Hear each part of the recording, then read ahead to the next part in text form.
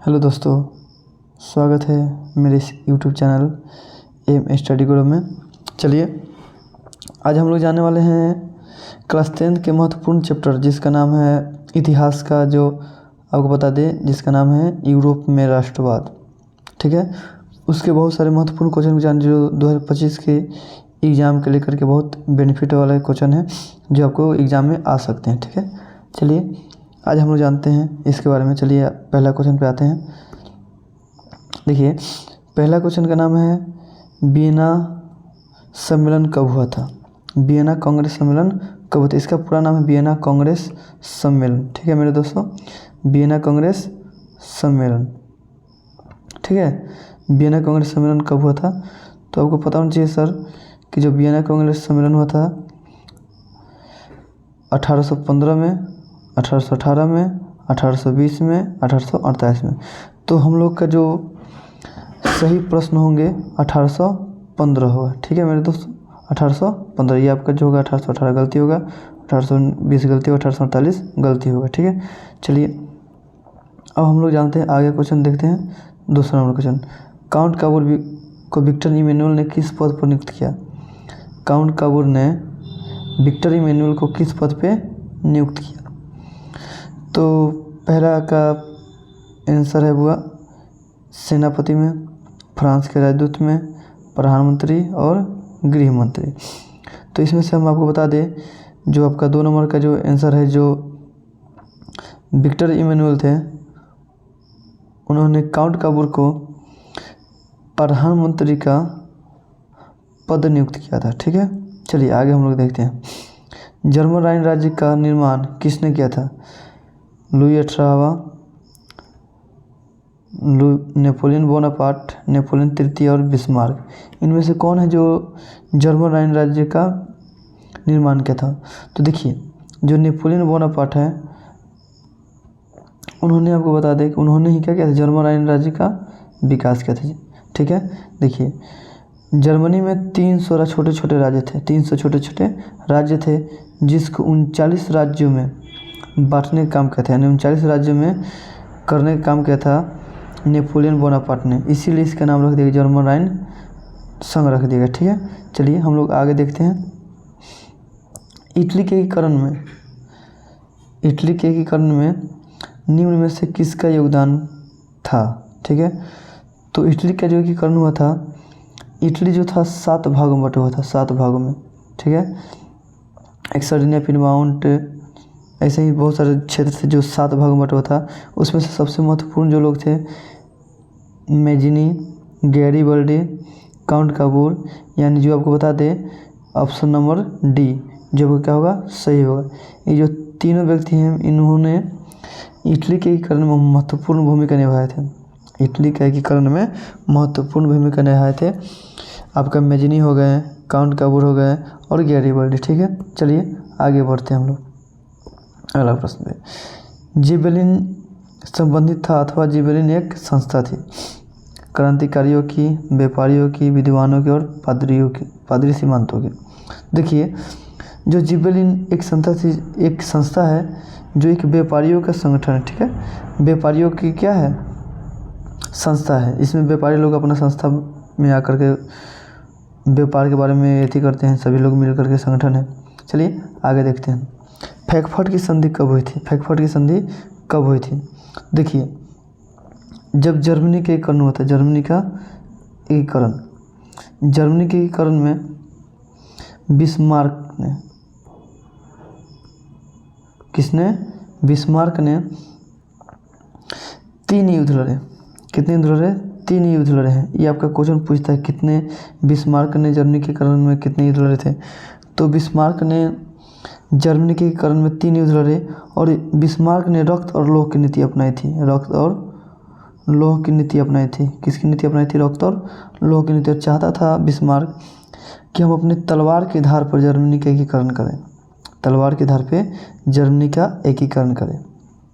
ठीक है, और देखिए जो बिस्मार्क था इन्होंने 3 युद्ध लड़ा।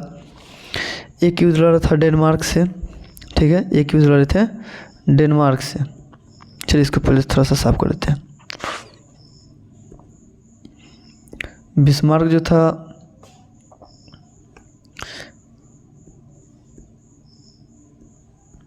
सॉरी एक सेकेंड।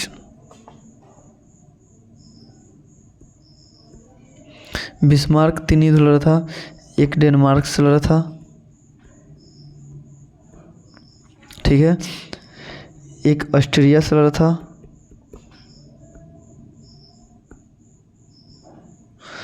और एक फ्रांस से लड़ा था।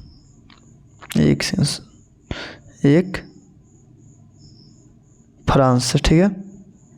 अब देखिए, जब बिस्मार्क ने डेनमार्क से युद्ध लड़ा था, जो डेनमार्क था उसका 2 जगहों पे कब्जा था, एक हेलिस्टीन था और एक सेल्विंग। इन 2 जगहों पे, सेल्विंग पे और हेलिस्टीन पे डेनमार्क का कब्जा था और इसको छुड़ाने के लिए बिस्मार्क ने एक नीति अपनाई। उन्होंने, बिस्मार्क ने क्या किया कि ऑस्ट्रिया से मिलकर 1864 ईस्वी में युद्ध लड़ा डेनमार्क के साथ, ठीक है, जिसमें डेनमार्क की 1864 ईस्वी में क्या हुआ था, पराजय हुआ था। क्या हुआ था? पराजय हुआ था और इसमें डेनमार्क की हार हुई थी, ठीक है। उसके बाद फिर पुनः बिस्मार्क ने 1866 में सेडोवा का युद्ध लड़ा। किसका? सेडोवा का युद्ध लड़ा। इस युद्ध में, इसमें बिस्मार्क ने अपना कुछ नीति अपनाया, कूटनीति अपना करके इसने ऑस्ट्रिया, फ्रांस के साथ मिलकर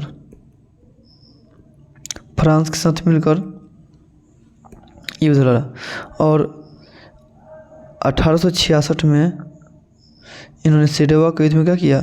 विजय हुए। क्या हुए? विजय। कौन? बिस्मार्क, ठीक है। जब बिस्मार्क इस युद्ध में विजय हुआ, तब आपको बता दें, फिर लास्ट में एक फ्रांस में उत्तराधिकारी के लिए युद्ध रहा था, ठीक है। स्पेन में उत्तराधिकारी के लिए प्रतिस्पर्धा चल रहा था, जिसमें फ्रांस जाकर के बोल दिया कि स्पेन में मेरे देश का राजा बनेगा, ठीक है। और बिस्मार्क ने जाकर के बोला, नहीं, यहाँ पे स्पेन में फ्रांस का राजा नहीं, सॉरी, यहाँ पे प्रसा का राजा बनेगा, ठीक है। कहाँ का राजा बनेगा? प्रसा का। इसीलिए उत्तराधिकारी के लिए फ्रांस और प्रसा के बीच युद्ध हुआ, जिसमें बिस्मार्क की विजय हुई, यानी प्रसा की विजय हुई, जो आपका 1870 ईस्वी में आपका युद्ध हुआ था, जिसे सेडान का युद्ध कहा गया था। सेडान का युद्ध, जिसे सेडान का युद्ध कहा गया, ठीक है। उसके बाद 1871 में फ्रैंकफर्ट की संधि हुआ। क्या हुआ? फ्रैंकफर्ट की संधि, जो आपका फ्रैंकफर्ट की संधि कब हुआ था? 1871 में। आपका इसमें आपका आंसर नंबर डी हो जाएगा, ठीक है। इसमें आपको बताने का मेरा रीज़न यही था कि आपका जो भी बताए हैं, इसमें 4 से 5 क्वेश्चन ऐसे आते हैं। जैसे देखिए 1864, 1866, 1870 आपका आया है। अब ये तीनों के बारे में जान गए। 1864 में आपका डेनमार्क और प्रसा के बीच में युद्ध हुआ था, ठीक है, जिसमें डेनमार्क की जीत हुआ था।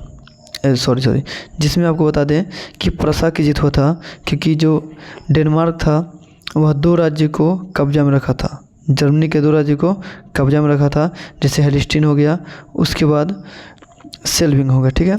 इन 2 जगहों पर कब्जा किया था। इसीलिए डेनमार्क और प्रसा के बीच में युद्ध हुआ, ठीक है। और 1864 में इसकी क्या हुई? आपकी पराजय हुई डेनमार्क की। उसके बाद 1866 ईस्वी में सेडाओ का युद्ध हुआ, जिसमें ऑस्ट्रिया और प्रसा के बीच में, जिसमें फ्रांस प्रसा का साथ दिया और ऑस्ट्रिया क्या किया? 1866 में हार गया।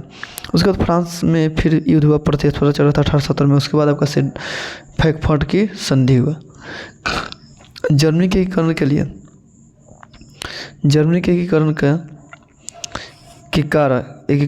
के लिए कौन उत्तरदायी था?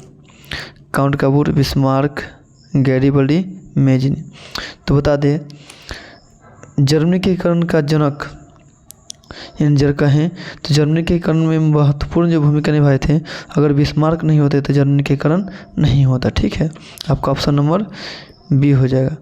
ऑप्शन नंबर क्या हो जाएगा? बी आपका सही है। चलिए आगे देखें। इटली और जर्मनी के एकीकरण के विरुद्ध निम्न में से कौन था? इटली और जर्मनी के एकीकरण के विरुद्ध निम्न में से कौन था? ठीक है, देखिए इटली और जर्मनी के एकीकरण हुआ, उसके विरुद्ध में कौन था? इंग्लैंड, रूस, ऑस्ट्रिया, प्रसा। तो प्रसा ही चाहता था कि जर्मनी की एकीकरण हो।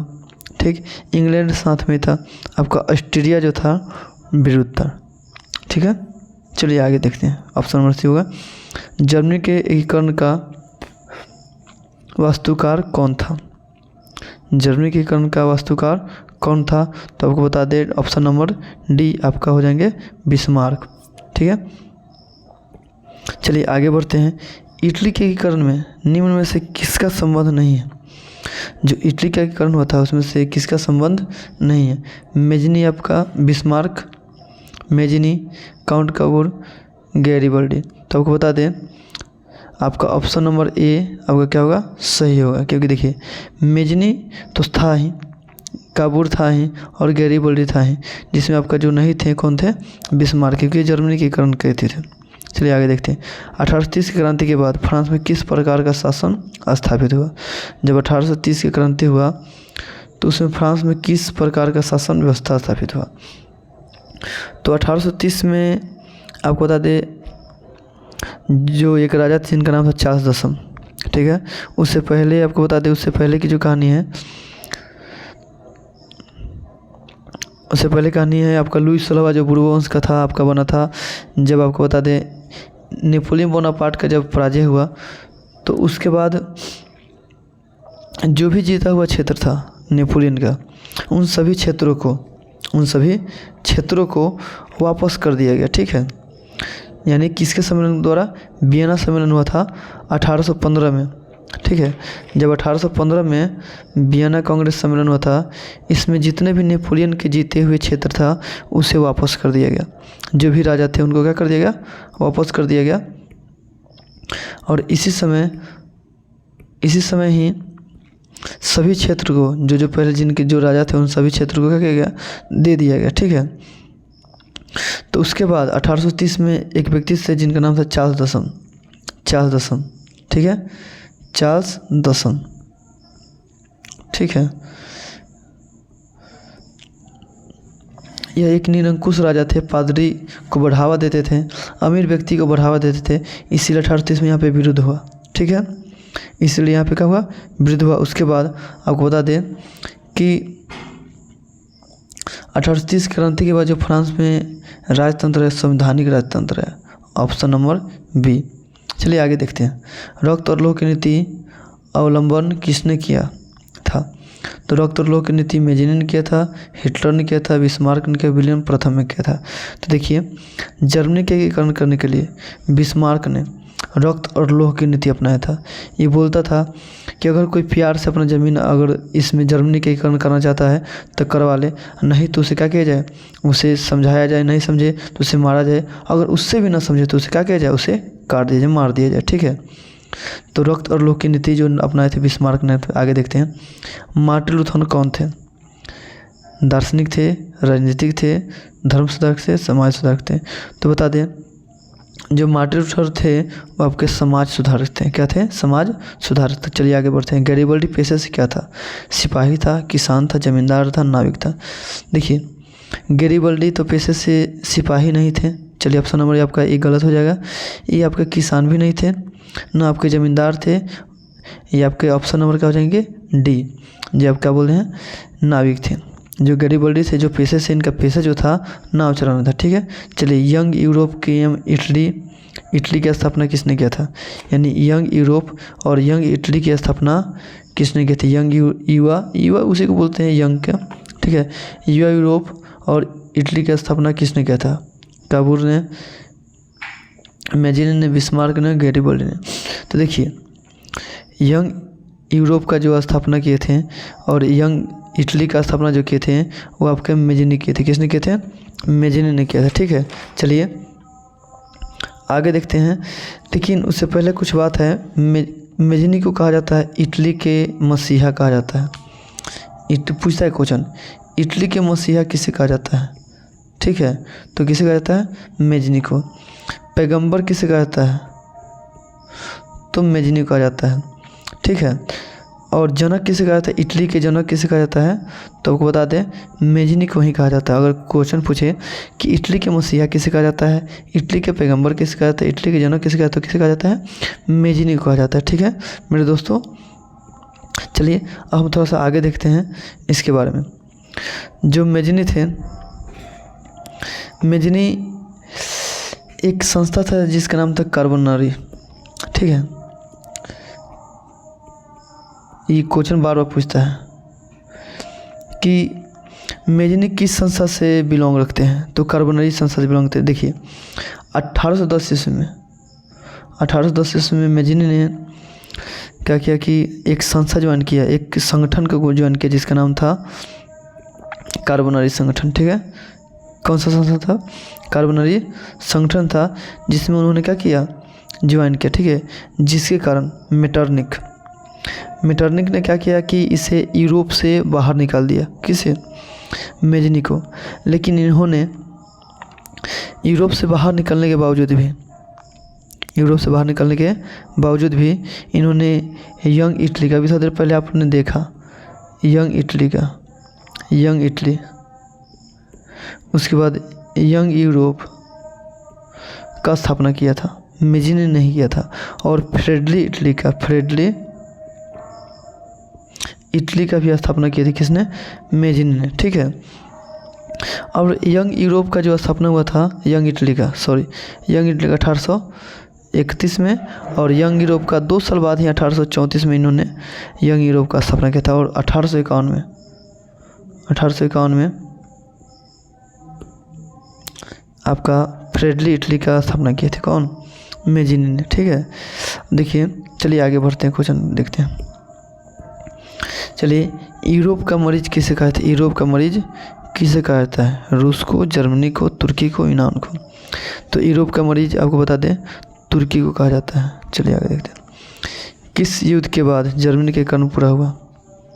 ठीक है, क्रीमिया का एक युद्ध, सेडाओ का युद्ध, प्रसा का युद्ध, सेडान का युद्ध। तो आपको बता दें क्रीमिया का युद्ध, सेडाओ का युद्ध, प्रसा का युद्ध, इन सबसे रिलेटेड आपका ऑप्शन नंबर हो जाएगा डी। जो सेडान का युद्ध हुआ था आपका 1870 में हुआ था, उसके बाद आपका फ्रैंकफर्ट की संधि हुआ था 1871 में। इसके बाद ही आपका जो जर्मनी के कारण संभव हो पाया था। ठीक है, यूरोपवासियों के लिए किस देश का साहित्य ज्ञान विज्ञान प्रेरणा स्रोत है? यानी यूरोपवासियों के लिए किस देश का साहित्य ज्ञान विज्ञान प्रेरणा स्रोत है? जर्मनी का, यूनान का, तुर्की का, इंग्लैंड का। तो बता दें यूनान का जो साहित्य और ज्ञान विज्ञान है वो क्या है? प्रेरणा स्रोत है। क्योंकि जो यूनान ही था यहाँ से बहुत सारे कलाकार लोग थे, यहाँ भी अच्छे चीज़ के मतलब फोटो चित्र बनाया जाता था, यहाँ अच्छे मूर्ति था, ज्ञान मिलता था, इसलिए इसे यूरोपवासियों के लिए ज्ञान का केंद्र था। ठीक है, चलिए आगे देखते हैं। इटली एवं जर्मनी के वर्तमान किस महादेश में अंतर्गत आते हैं? उत्तरी अमेरिका, दक्षिण अमेरिका, यूरोप, पश्चिमी एशिया। तो बता दें आपको यूरोप महाद्वीप में आते हैं। चलिए आगे देखते हैं। वियना कांग्रेस सम्मेलन द्वारा फ्रांस में किस शासन वंश की स्थापना हुआ? वियना कांग्रेस सम्मेलन आपका हुआ था 1815 ईस्वी में। जो आपका नेपोलियन थे, नेपोलियन की जब पराजय हुआ तो नेपोलियन को भेज दिया गया था अफ्रीका के एक द्वीप था, वहाँ पे हेलिना नामक द्वीप था, वहाँ पे भेज करके उनको अकेला रखा गया था। ठीक है, जिसके बाद 1821 ईस्वी में नेपोलियन की मृत्यु हो गया था। ठीक है, हैब्सबर्ग यानी पूछ रहा है वियना कांग्रेस के द्वारा फ्रांस में किस शासन वंश की पुनर्स्थापना यानी फिर से स्थापना हुआ? ठीक है, तो हैब्सबर्ग अर्लिया बुरो जारशाही। तो इसमें से आपका ऑप्शन नंबर ए गलत है, ऑप्शन नंबर बी गलत है, ऑप्शन नंबर सी सही है। क्योंकि आपको बता दें जब फ्रांस की क्रांति हुआ था 1789 में, 1789 में जब फ्रांस का क्रांति हुआ था तो उस समय एक शासन व्यवस्था चलता था जिसका नाम था लुई 16।